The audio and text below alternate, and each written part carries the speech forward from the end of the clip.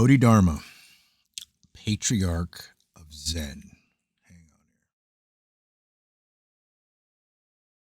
here. Arriving at the place called Vulture's Peak, Gautama Buddha seated himself and, surrounded by his disciples and the creatures of the seven worlds, discoursed upon the prana paramita, or the elements of transcendental wisdom.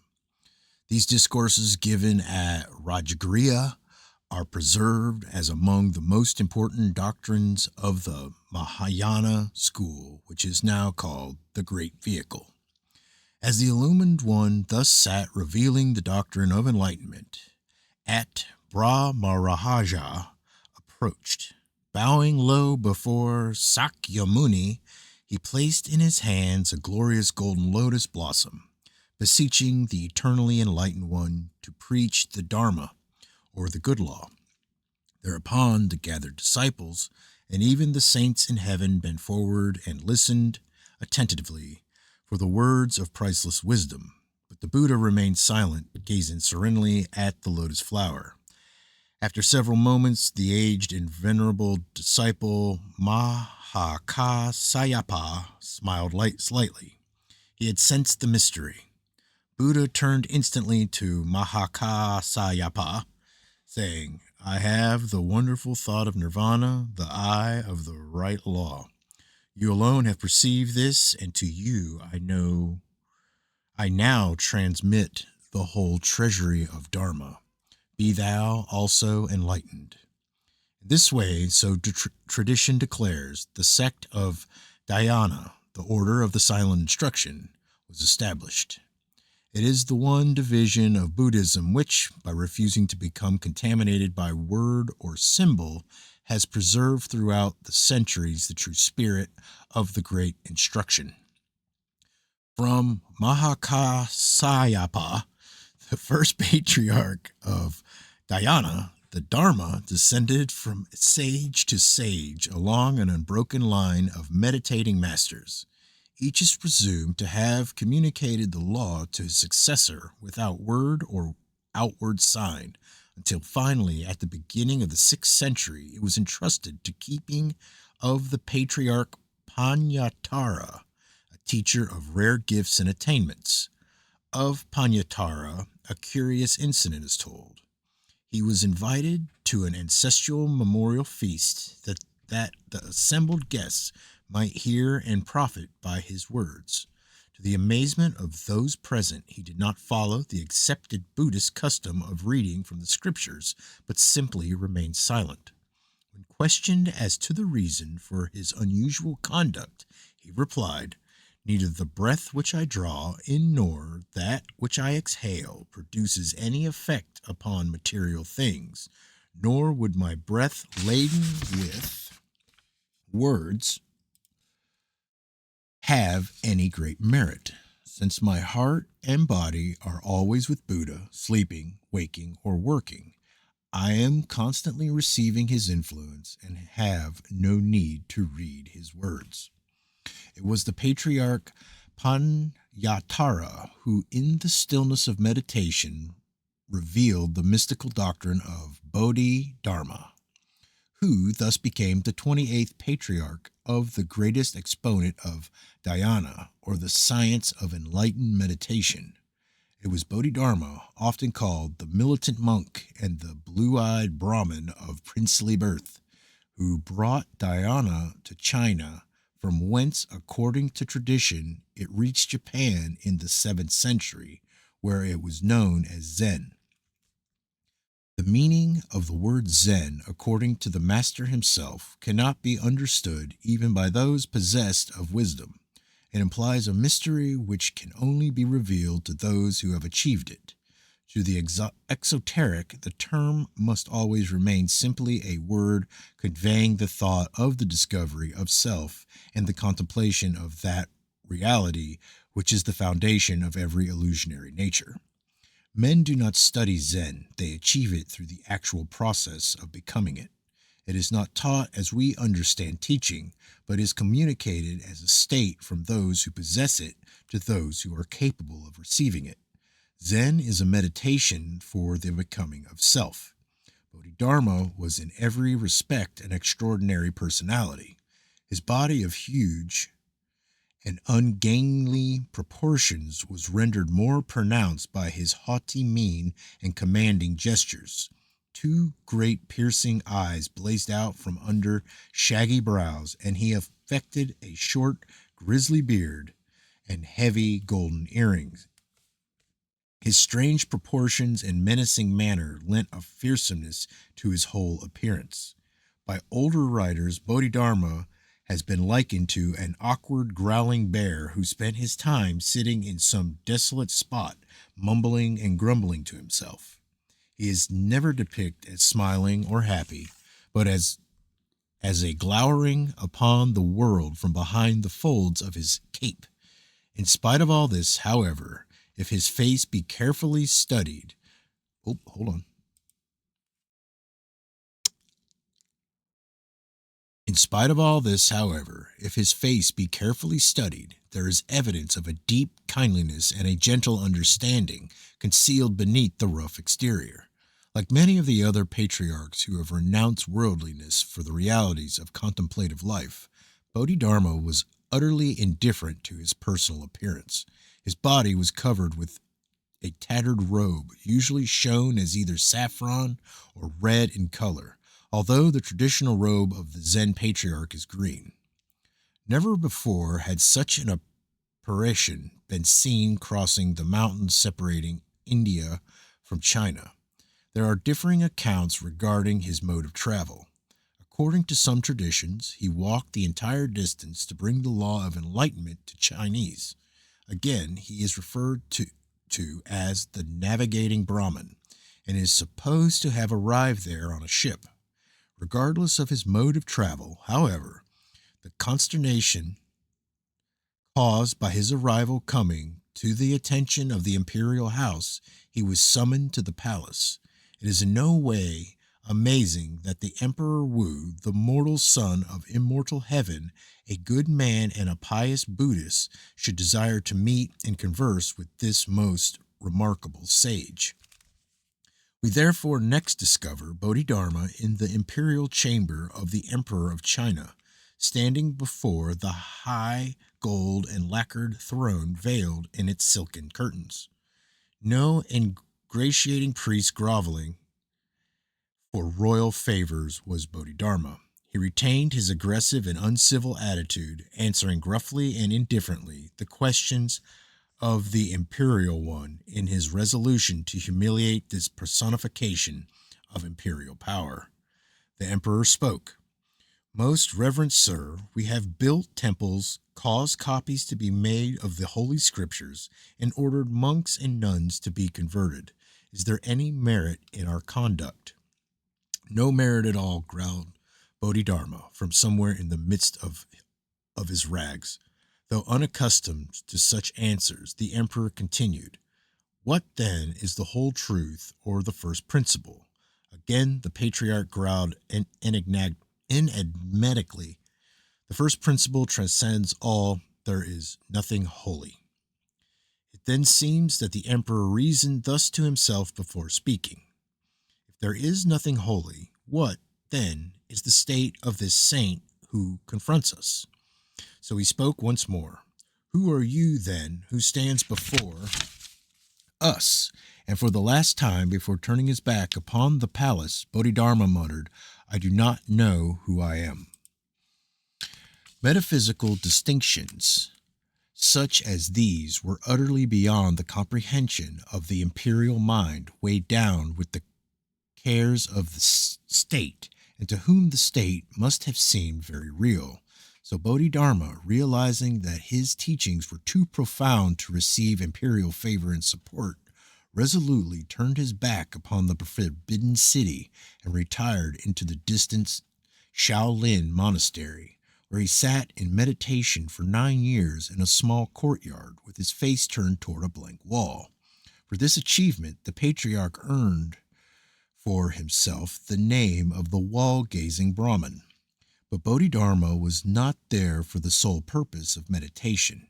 He was awaiting the perfect working out of the law. He knew that dhyana was the royal road to selfhood, and that men in their desire to attain truth would ultimately discover him. It was merely a matter of patience and realization. What a strange picture is conjured up when one thinks of this grim-faced saint bundled up in his robes, gazing fiercely day in and day out at an undecorated wall, and ordering out of his presence with appropriate snorts and grunts anyone who dared to interfere with his meditations. Day after day he mumbled and grumbled, and these 9 years have become the subject of numerous legends, many of the most profound nature. According to one account, he remained seated in one position so long that spiders spun their webs all around him and rats made nests in the folds of his cloak. According to another story, he remained without moving for such an extended period of time that he entirely lost the use of his legs, which withered away. In commemoration of the latter incident, Bodhidharma is now depicted by Japanese artists with a body in the form of a sack sans all trace of legs, his disgruntled visage peering out accusingly upon the word from the neck upon the world from the neck of the sack. Bodhidharma has been styled the Chinese Saint Anthony because during his long period of meditation, every form of temptation and discomfort was visited upon him. After he had been sitting alone for approximately three years gazing at the wall, he is said to have become so tired that without realizing it, he fell asleep. His slumbers were disturbed by astral visions and the sorcery of evil creatures conjured up by Mara, the Lord of Unrealities. At last, the elemental creatures bothered him so much that he awoke with a start, discovering that he had been asleep, a weakness most unzen-like. He cut off his own eyelids as a penance. In some pictures, this peculiarity has been carefully noted. When he cast his eyelids upon the ground, tradition affirms that they became tea plants. Having thus strengthened himself by his penance, Bodhidharma remained awake and in meditation for 5 years more. When again fatigue overtook him, casting about for something to dispel his drowsiness, Bodhidharma noted the tea plants growing nearby. Leaning over, he picked a few leaves from one of them and, after chewing the leaves, discovered that they removed his sense of fatigue. Since that time, tea has been widely used by Zen monks as well as other holy men who desire to remain awake during long periods of meditation. At last the patriarch was rewarded for his long vigil. A man sorely perplexed, hearing of the meditating sage, came to him in search of knowledge. But Bodhidharma, who realized that the path of achievement was only for the strong, refused to receive the visitor and gruffly ordered him to depart. The man, however, was not thusly easily discouraged, and remained standing for days in the snow, refusing to leave until the interview was granted. After waiting a long time and receiving no invitation, this pilgrim cut off his right arm and set it in to Bodhidharma. The patriarch of Zen instantly realized that the stranger possessed the sincerity and consecration. Yes. The patriarch of Zen instantly realized that the stranger possessed the sincerity and consecration necessary to the great achievement.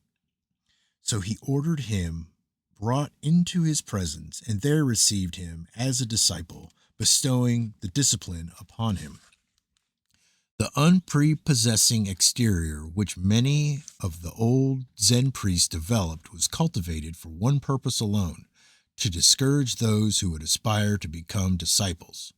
Only the one who possessed the discrimination to pierce through external appearances and discover the underlying reality was regarded as worthy to receive enlightenment. Bodhidharma, therefore, accepted those whom he could not frighten away or repel by surliness or abuse. Zen was for the strong and not for the weak, for the resolute and not for those who could be easily intimidated. The essential elements of Zen Buddhism have been summed up under 6 general headings, a brief survey of which will reveal the high integrity of the discipline. 1. The practices of Zen are fully as old as Buddhism, some believe much older. For the method of practicing dhyana or meditation as cultivated by these monks has descended from the teachings of the most ancient recluses of India. The origin of these spiritual processes is hopelessly obscure. 2. In spite of its great antiquity and its even more astonishing profundity, the doctrine of Zen is particularly applicable to present day conditions. Excuse me. It is distinctly a practical rather than an abstract cult. For this reason, it has unquestionably come to be so highly favored by the best educated and cultured people in Japan. 3. Zen rejects in toto the importance of scriptural authority or tradition, affirming that truth can never be communicated by any outward method but must be realized internally by the mind. With its rejection of the scriptures, Zen also rejects prayer, fasting, and observance of monastic rules. Those who perform such acts are worshiping only the phantom of truth. 4. Zen also rejects the historical existence of Buddha, declaring that there can be no such person as Buddha inasmuch as personality itself is an illusion. To the true Zen, Buddha is a state of consciousness, not a man, nor are the Buddhas regarded as gods or supermen. In fact, the Zen monks sometimes speak pityingly of the Buddha as a man who was in bondage to the golden chain of belief in enlightenment. There is an absolute in the teachings of Zen into which all personalities are absorbed. The contemplation of this is the greatest good. Okay. 5. Zen is not an idolatrous doctrine, and, like the original Buddhistic system of Gautama, preserves such an exalted concept of deity that less enlightened minds are inclined to view the entire system as a philosophic atheism. Tanaya, who was the Zen teacher in the 9th century, is said to have warmed himself when he was cold by making fires out of the statues from a nearby temple. To him, symbols had nothing to do with spirituality or truth, but hopelessly confused the elements by encouraging men to accept the image for the real. 6.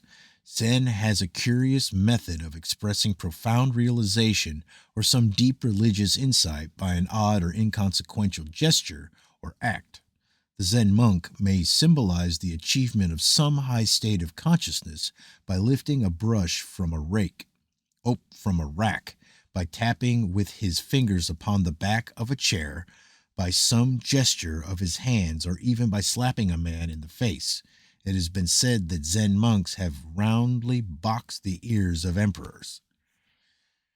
There is a story illustrative of Zen teachings recorded by Robert Cornell Armstrong's recent publication, Buddhism and Buddhists in Japan. A temple official once asked Akuyu, a famous Zen monk, if there were such places as heaven and hell. The priest replied in a most abusive language, calling the official a fool who lived off the temple but was ignorant of his teachings. He even went so far as to call him a robber and a brute, and unworthy to be a samurai. The official, being a man of honor, refused to take such abuse, even from a priest, so drawing his sword, he ordered Akuyu to explain himself or be cut down.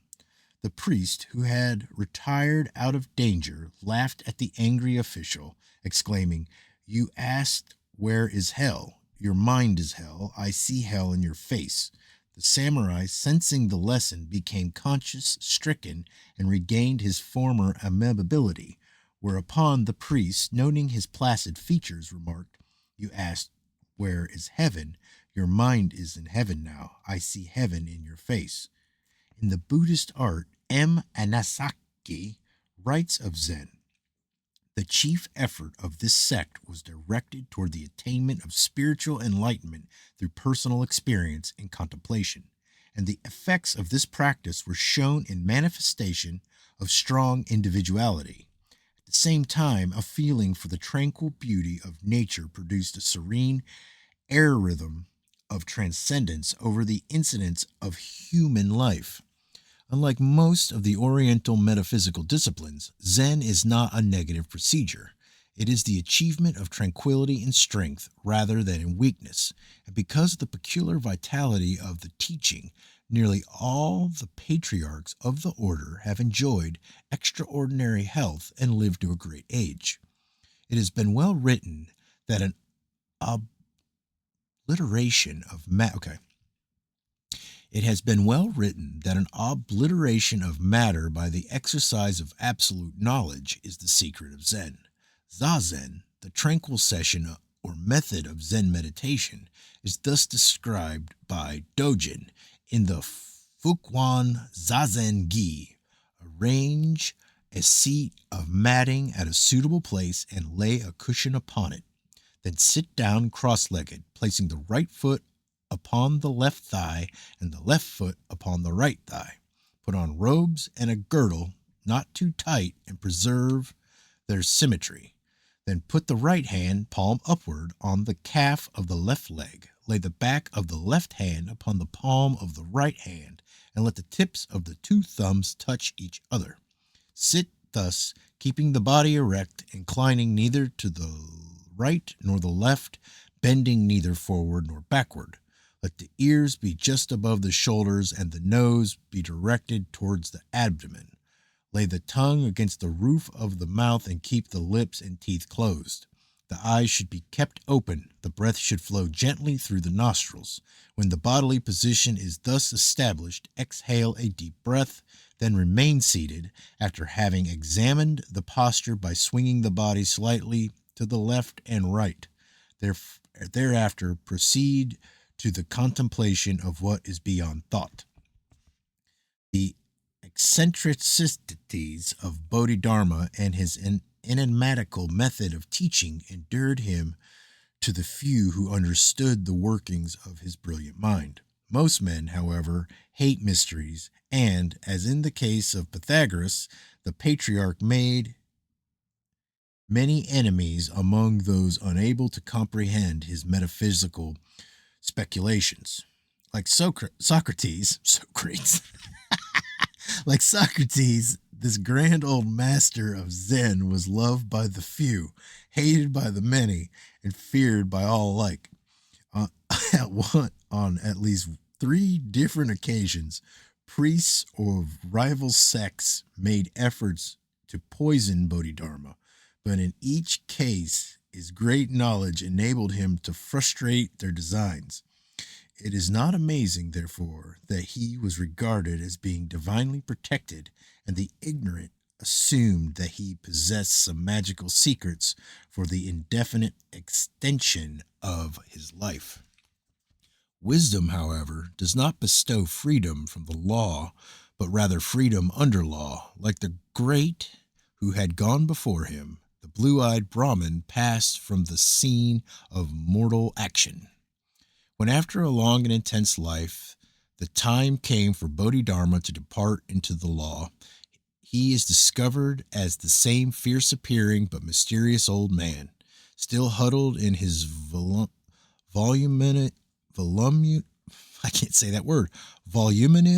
cloak and surrounded by the monks and nuns whom he had converted to dhyana, the doctrine of meditation. With his great rumbling voice he spoke thus, "And now the time of my departure is at hand. Say unto me, one and all, how do you understand the law?" Then reverently the assembled brethren spoke, each in turn summarizing what he had gained from the teachings. One disciple, Tao Fu, answered, "To me it seems that the law does not lie in the letters, nor yet is it separated from the letter, but it works." Bodhidharma nodded gravely and replied, "By your realization, you have obtained my skin." Then a nun, Sung Chi, spoke up saying, "As Ananda, the beloved disciple of the Buddha, achieved the firmness of thought but once or twice, so I understand the law." Bodhidharma nodded slowly as though pondering the words, and then replied, "And by your realization, you have attained to my flesh." Another to speak was was Tao Yu, a great student. His words were thus: the four elements are unreal from the first, nor are form, perception, consciousness, action, or knowledge really exist. All is emptiness according to my view. Again, the Bodhidharma inclined his massive shoulders, mumbling in his cloak, by your realization you have acquired my bones. The last to be called upon was the last to be called upon for his understanding of the law was Hui Kei, who, after making a most polite obeisance, sat at a little distance and, assuming the position of meditation, gazed silently at Bodhidharma for several minutes. The aged patriarch was very still also, and then leaning forward, he whispered, by a realization, you have in silence attained to my marrow. Bodhidharma then took the great green cloak of Zen and spread it over Hu Ki's shoulders, proclaiming him the next patriarch of Zen, and pouring into the vessel of his soul as into a new pitcher the everlasting waters of the law. 3 years after his death, a strange story began to be circulated concerning Bodhidharma. Some peasants from the hill country had seen the fierce-looking philosopher plodding on his way amid the western mountains of China, his face resolutely turned towards India. He was barefooted, but for some inexplicable reason was carrying one shoe in his hand.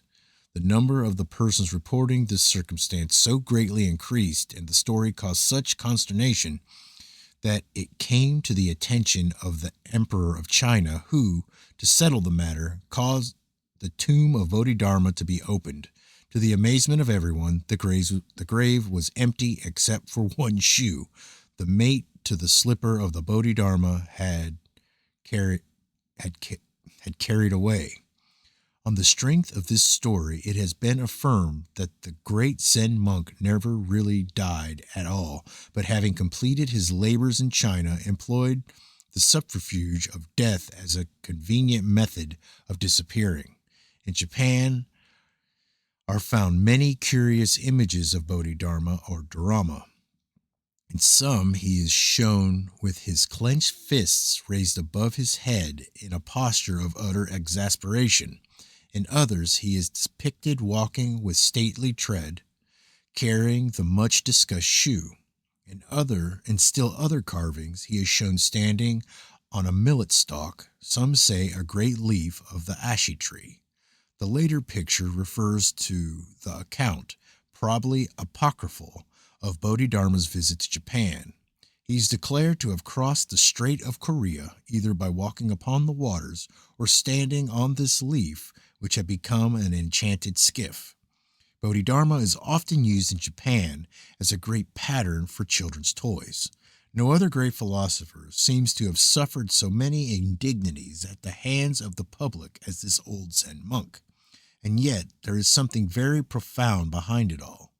In kite-flying season, his strange, staring face gazes down from countless paper birds.